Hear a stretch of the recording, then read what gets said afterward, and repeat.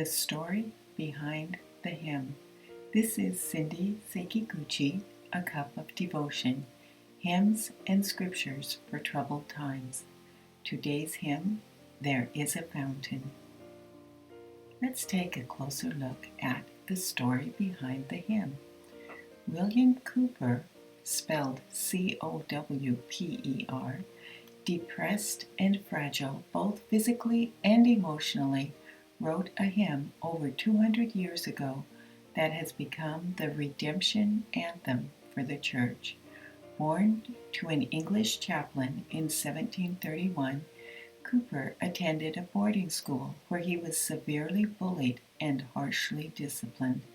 At 6 years of age, his mother died, devastating this tender child, plunging him into anxiety and depression from which he never did fully recover. In his youth, Cowper moved to his uncle's home to study law. While there, he fell in love with his cousin. A deep depression engulfed him when his uncle forbade the marriage. He not only lost in love, but also in his law career, due to a public grilling that was required of him prior to receiving a promotion that would give him the edge he needed. A panic attack ensued, and the promotion was lost. Overwhelmed, he attempted suicide 3 times. Cowper was placed in an asylum where he returned to his spiritual heritage and was converted to Christianity.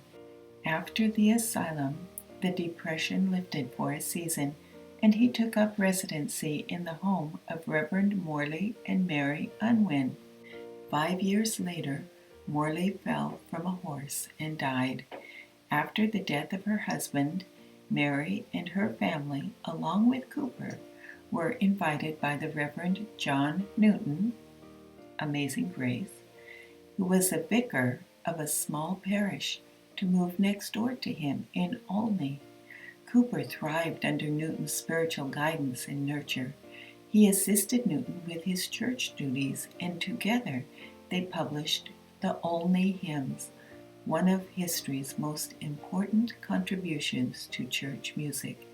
It was during this time that Cowper penned his most beloved and controversial hymn. He had been meditating on Zechariah 13:11. On that day a fountain shall be opened for the house of David and the inhabitants of Jerusalem, to cleanse them from sin and impurity. He became keenly aware of the efficacy of Christ's complete atonement for his sins. Overcome by the truth of God's love for him, the poem flowed from his pen as he endeavored to put into words God's fountain that welled up within him. Then news came of his brother's death, sending him into a severe depression. Another suicide attempt failed. When Mrs. Unwin died in 1796, Cowper went into a permanent state of despair until his own death 4 years later.